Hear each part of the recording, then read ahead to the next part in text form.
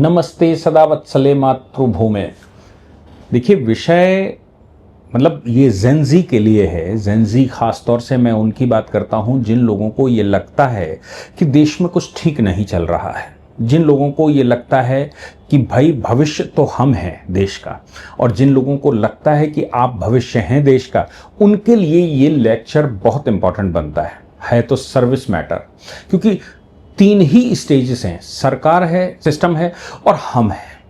चौथा कोई नहीं है। चौथा कोर्ट है जो इन्वॉल्व होता है जब हम कुछ गलत होता है तब। तो ये जो चार स्टेजेस हैं, तीन ये और चौथी न्यायपालिका, इन चार स्टेजेस को अगर आप नहीं समझे तो आप किसी कंपटीशन के लायक नहीं हैं और आप किसी लायक ही नहीं हैं।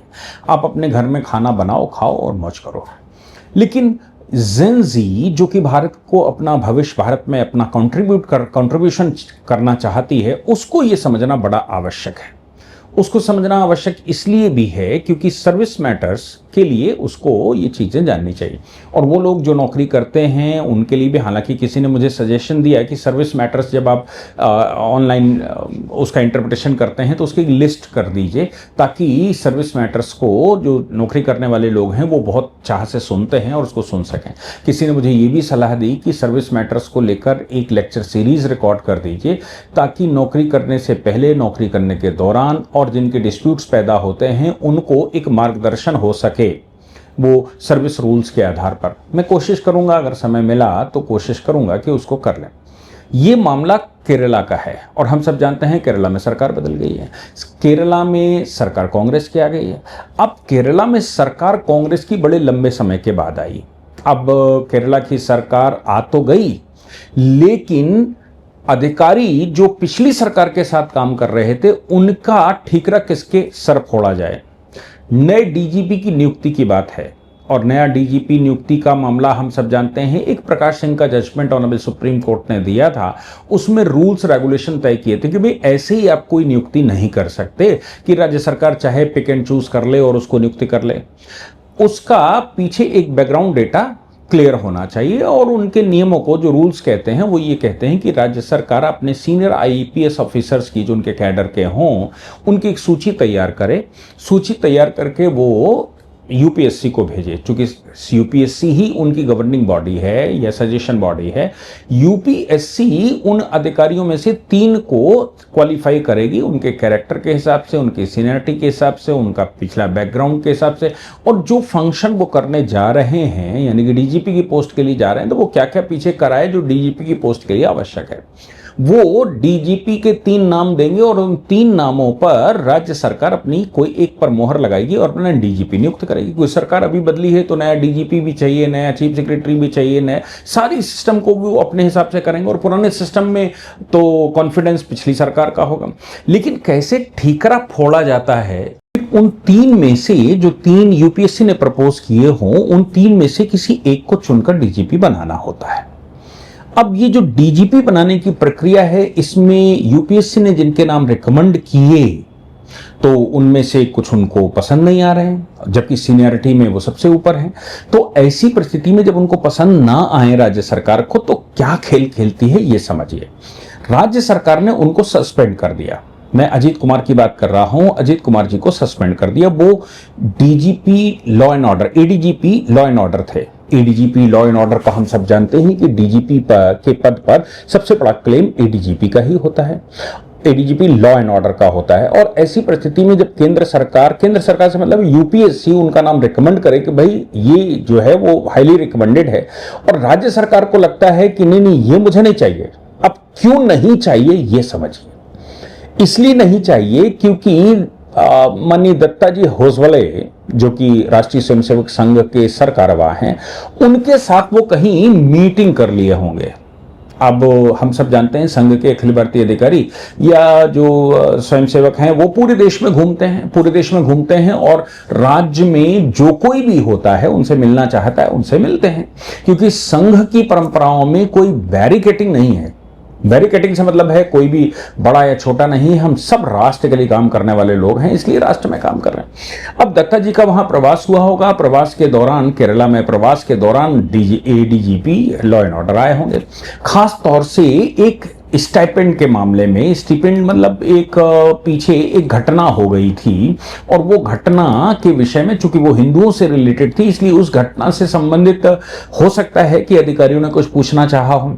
इसके अलावा एलिगेशन ये लगाया गया कि वो राम माधव जी से मिले थे। अब राम माधव जी से मिलना और या फिर राष्ट्रीय स्वयंसेवक संघ के सरसंघ चालक या सरकारवा से मिलना, मैं समझता हूं कब से अपराध हो गया और किस प्रकार का अपराध हो गया, मैं तो समझ ही नहीं पाया।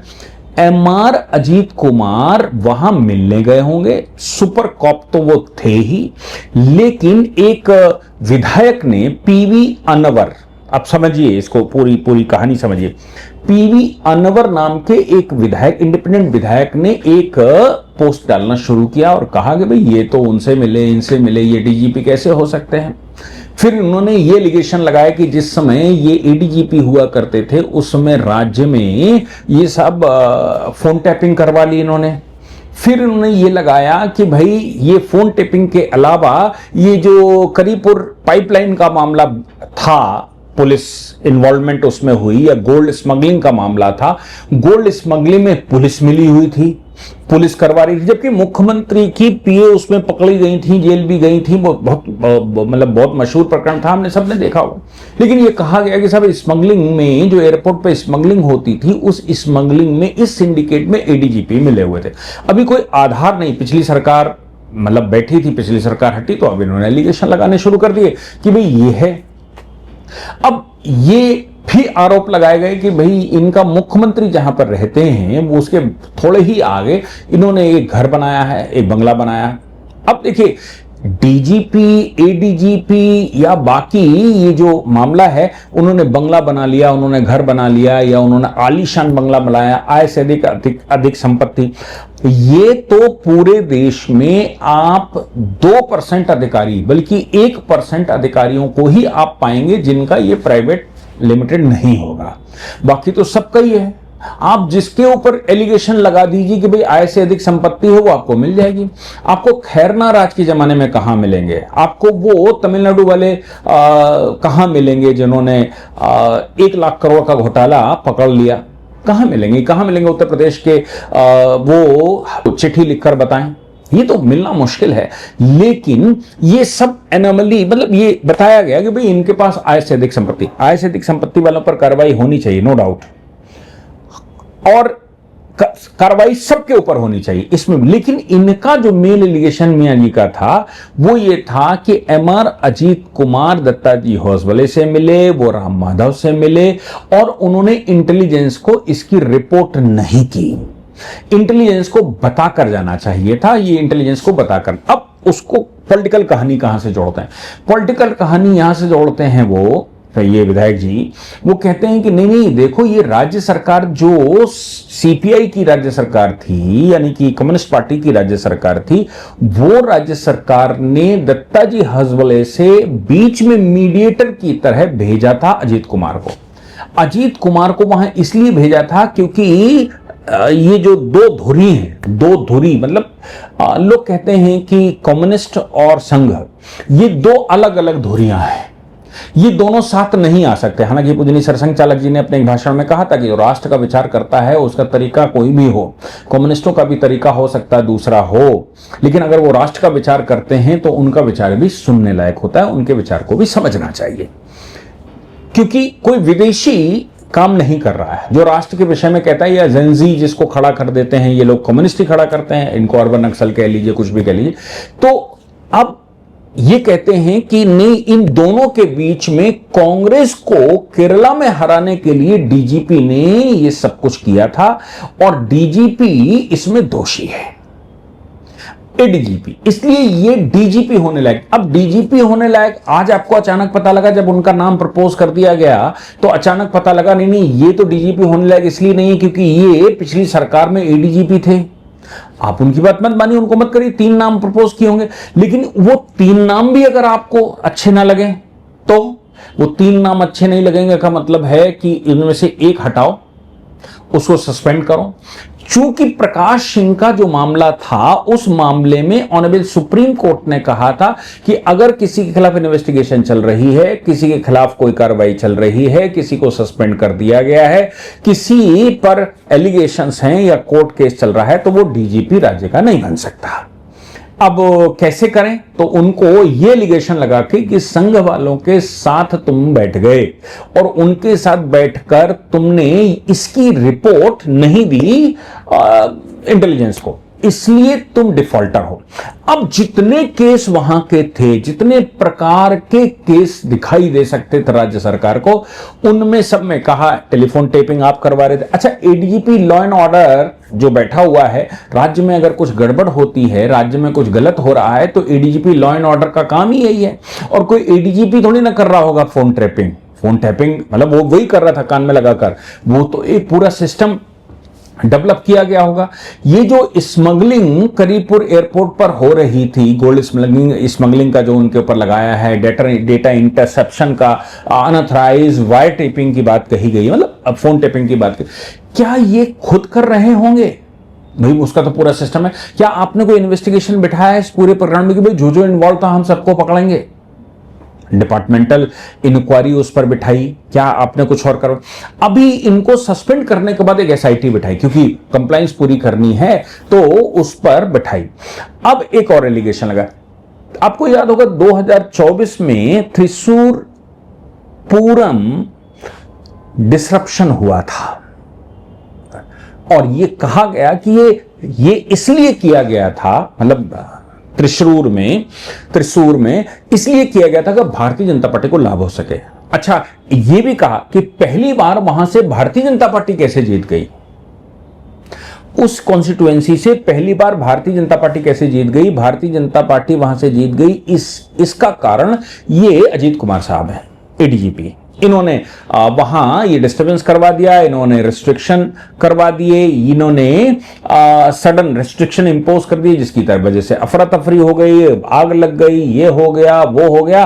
और इसकी वजह से ये कहते हुए कि वहां फायर वर्क हो रहा है, नाइट फायर वर्क हो रहा है, ऐसे कुछ कहा होगा, कुछ चल रहा होगा, बोले इन्होंने जानबूझकर करवा दिया और जिसकी वजह से वहां अफरा तफरी हो गई। अफरा तफरी का मतलब, मंदिरों में अफरा तफरी का मतलब लाभ बीजेपी को होगा। बीजेपी की हिस्टोरिक जीत सिर्फ इसलिए हुई क्योंकि एडीजी लॉ एंड ऑर्डर। अब सोचिए कि नौकरी के दौरान कानून तो यह कहता है कि भाई कोई भी व्यक्ति अगर इंटेंशनली नहीं कर रहा है, उसके जॉब के दौरान ड्यूरिंग द प्रोफेशनल वर्क उसका जो डिसीजन है, हो सकता है कि वो सही और गलत हो गया हो, उसके खिलाफ कोई एक्शन नहीं हो सकता। उसके खिलाफ एक्शन तभी हो सकता है जब आप उसको ये कहें कि इंटेंशनली किया गया। तो इंटेंशनली करने के लिए संघ का नाम जोड़ दिया, जबकि संघ के अधिकारी तो पूरे देश में ही बैठते हैं, त्रिशूर में थोड़ी, या एडीजीपी के पास थोड़ी ना बैठते हैं।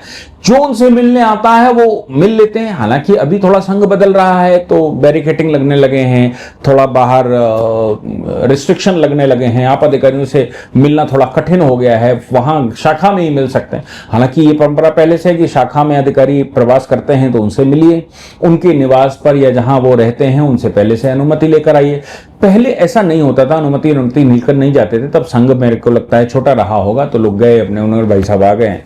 लेकिन अभी थोड़ा, जैसे झंडे वालन की बात दिल्ली की कर लें, तो अब आप प्रवेश नहीं पा सकते, ये बीजेपी कार्यालय में भी नहीं पा सकते, जबकि ये कार्यालय तो खुले होने चाहिए।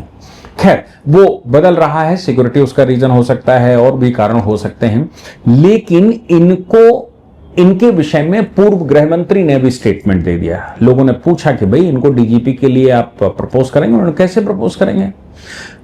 कानूनन या जो सिविल सर्विसेज के रूल्स हैं, उन रूल्स के अनुसार अगर किसी को सस्पेंड कर दिया जाता है, उसके ऊपर कुछ एलिगेशंस लगा दिए जाते हैं, उसके ऊपर कुछ कार्रवाइयां चल रही हैं, एक एसआईटी बैठी हुई है, तो उनको डीजीपी नहीं बनाया जा सकता।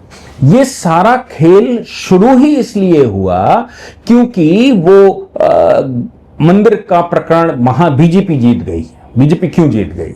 और फिर ये इनसे मिले उनसे मिले, जो कि एक नेचुरल प्रक्रिया है। लेकिन आप सोचिए कि हमारे देश में पॉलिटिकल अथॉरिटीज किस लेवल पर खेलती हैं। एक अच्छे खासे आदमी पर, जो कि प्रदेश में काम कर रहा है, उसके ऊपर करप्शन के एलिगेशन लगाना, वो तो करप्शन के एलिगेशन तो राहुल गांधी पर भी लगे हैं, तो इस्तीफा दे देना चाहिए इनको, वो करना चाहिए। करप्शन प्रूफ होना और करप्शन के एलिगेशन लगना, मैं समझता हूं कि आप क्या भारत में सिविल सर्विसेज के रूल्स में ऐसा परिवर्तन करने के इच्छुक हैं? मतलब वो जो सरकार कांग्रेस कह रही कि भाई इनको सुविधाएं बंद कर दी जाएं, इनकी आय से अधिक संपत्ति का मामला और ये सारे मामले डिक्लेयर किए जाएं, इनके ऊपर अलग से एक इंटेलिजेंस बिठाई जाए, और सर्विस का मतलब सर्विस करने वाले होने चाहिए, सर्विस का मतलब मालिक नहीं, सर्विस का मतलब मालिक नहीं। इसलिए मैं समझता हूं कि ये जो सारा मामला है इस पर कोर्ट में उनको जाना चाहिए। सस्पेंड किए गए हैं तो कोर्ट पहुंचना चाहिए द सस्पेंशन, क्योंकि अब कांग्रेस की सरकार तो उनको देखना ही नहीं चाहती कि उनको वो देखना भी चाहे कि भाई वो पुलिस में ही रहें, क्योंकि वो तो दत्ता जी से मिल लिए, क्योंकि वो तो राम माधव जी से मिल लिए। अछूत हैं क्या? आप सोचिए कांग्रेस के दिमाग में राष्ट्रवादियों के लिए कहां तक यह भूसा भरा हुआ है, यह विचार करने का विषय है। आप क्या कहते हैं ये बताइए, आपका क्या राय है ये भी बताइए। जय हिंद, जय भारत, वंदे मातरम।